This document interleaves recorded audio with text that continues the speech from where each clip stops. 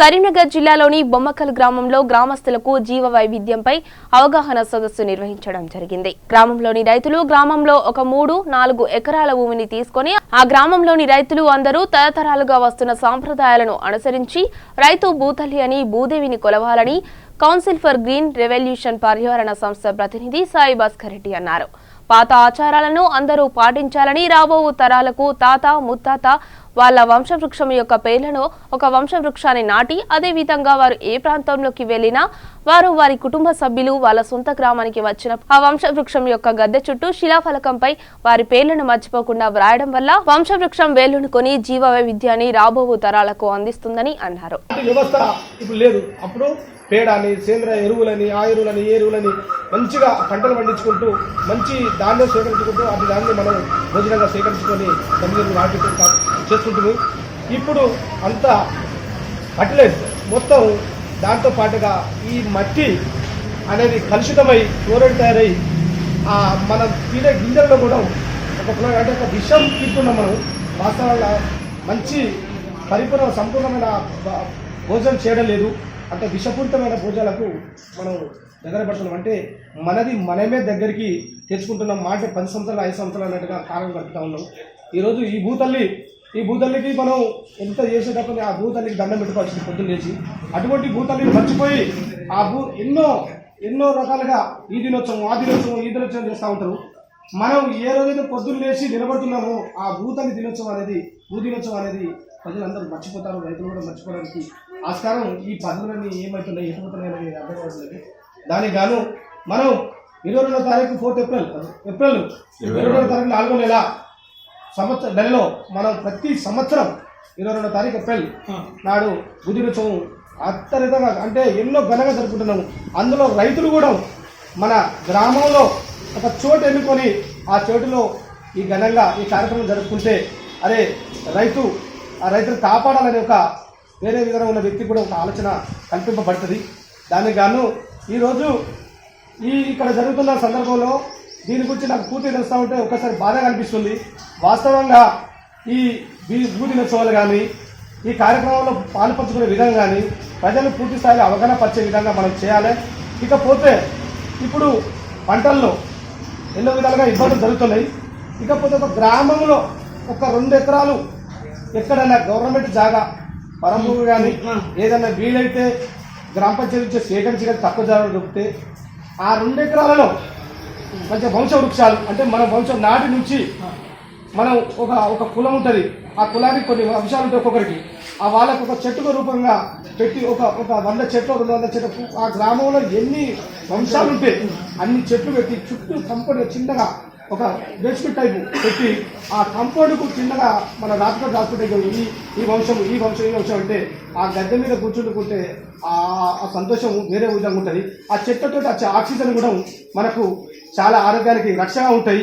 ఇక జీవ వైవిధ్యం అనే విధంగా అందులో ఒక విషయానికి పోతే గ్రామంలో ఓ వేప చెట్టే కానీ, రాళ్ళ చెట్టే కానీ, మర్రి చెట్టే కానీ, చిద్దు చెట్టే కానీ, తుమ్మ చెట్టే కానీ అన్ని వివిధ రకాలైన చెట్లు ఒక పాయింట్ మీద పెట్టుకొని దాని చుట్టూ కూడా చిన్న కంపు నిగితే ఇంకా చాలా బాగుంటుంది.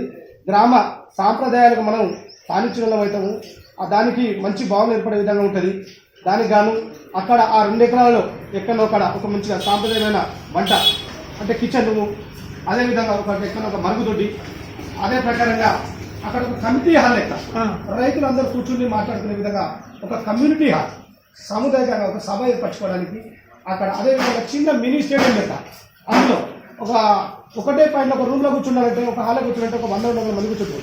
అదే చిన్నగా మినీ స్టేడియం లెక్క పెడితే ఏకకాలంలో ఒక 800 నుంచి 1000 మంది కూర్చుండి ఒక గ్రామానికి కావాల్సింది ఏ ప్రకారం చేస్తే బాగుంటుంది, ఏ రకంగా వనరులు సేకరించాలి, మన గ్రామాన్ని ఎలా కాపాడుకోవాలి, సాంప్రదాయాలు మరొకటి ఎలా ఉండాలి, మన ఈ భూతల్లిని ఎలా కాపాడుకొని మంచి పంటలు ఇచ్చి మంచి ఆరోగ్యమైన భోజనం చేయాలనే ఒక ఆలోచన మనం కల్పించడానికి మంచి అవకాశం ఉంటాయి. కాబట్టి ప్రతి గ్రామంలో ప్రతి చిన్న పల్లెటూరులో అయినా కానీ వీలైనంత మటుకు ఎకరం 2 ఎకరాలు సేకరించుకొని దాని చుట్టూ ఒక ఫినిషింగ్ లెక్క ఏర్పాటు చేసుకొని అలా వంశవృక్షాలు కానీ జీవ వైవిధ్యం కానీ భూతల్లి విగ్రహం అందులో ముఖ్యంగా మర్చిపోకుండా ఒక భూతల్లి విగ్రహం అయితే ఏర్పాటు చేసుకున్నట్టయితే అక్కడ మనం ఆ కార్యక్రమంలో బాగా పోయినప్పుడు ఫస్ట్ ఆ భూతల్లికి మనం నమస్కారం తెలియజేసుకుంటూ దండం పెట్టుకొని మనం మిగిలిన కార్యక్రమాలు చేసుకొని అక్కడ ఏదైనా అనుకోకుండా ఏ వ్యక్తి పరమపదించినా ఏదైనా ఆ దగ్గరున్న ప్రాంతానికి పోయి మళ్ళీ అక్కడికి వచ్చి మనం మన ఇంటికి వస్తే ఎంతో సంతోషదాయకంగా మనకు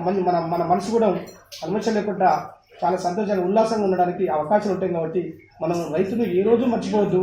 ఆ రైతుకు ఉండే ఆలోచన మనం ఎప్పుడు కానీ స్వీకరించుకొని రైతును కాపాడుకునే విధంగా చూస్తేనే ఆ రైతే రాష్ట్రానికి దేశానికి వెన్నుముకగా నిలిచే అవకాశం ఉంటుంది. కాబట్టి ఇంత రాష్ట్ర ప్రభుత్వం ఇన్ని చేస్తున్న సందర్భంలో మనం అందులో అక్కడ ఏర్పరచుకున్న 2 ఎకరాలు కానీ ఎకరాలు కానీ ఒక గ్రామ చరిత్ర, మన పద్ధతులు ఏంది, మన విధానం ఏంది, మన ఆహార అలవాట్లు ఏంది, మన గ్రామంలో ఏ పండుగలు జరుపుకుంటాము, అతిపెద్ద పండుగ ఏంటి, ఆ పండుగ తర్వాత పండుగలకు ఏ రకంగా సంఖ్య వచ్చుకుంటూ విజయవంతం చేస్తూ ఉంటారు అనే పండుగల పట్ల కూడా పూర్తి స్థాయిలో మనకు మన భావి తరాలకు రాబోయే భవిష్యత్తు అందరికీ గ్రామ పిల్లలకు కానీ యువకులకు కానీ మంచి స్థానం కల్పించి వాళ్ళకు పూర్తి స్థాయిలో అవగాహన పరిచే విధంగా వాళ్ళు ఈ భావితరాలకు మనం ఎంతో ఉపయోగపడే విధంగా ఈ కార్యక్రమం ఉంటుంది. కాబట్టి ఈ కార్యక్రమాన్ని ప్రతి గ్రామంలో దీన్ని ఆచరణలోకి తీసుకొని పూర్తి స్థాయిలో ఒక సంపూర్ణమైన ఆలోచనతో పనిచేయాలని ప్రతి గ్రామ సర్పంచ్ దగ్గర గ్రామ సర్పంచ్ రిస్క్ తీసుకుంటే మన ప్రాధాన్యపట్టేది కాదు, గ్రామ ప్రజల సహకారంతో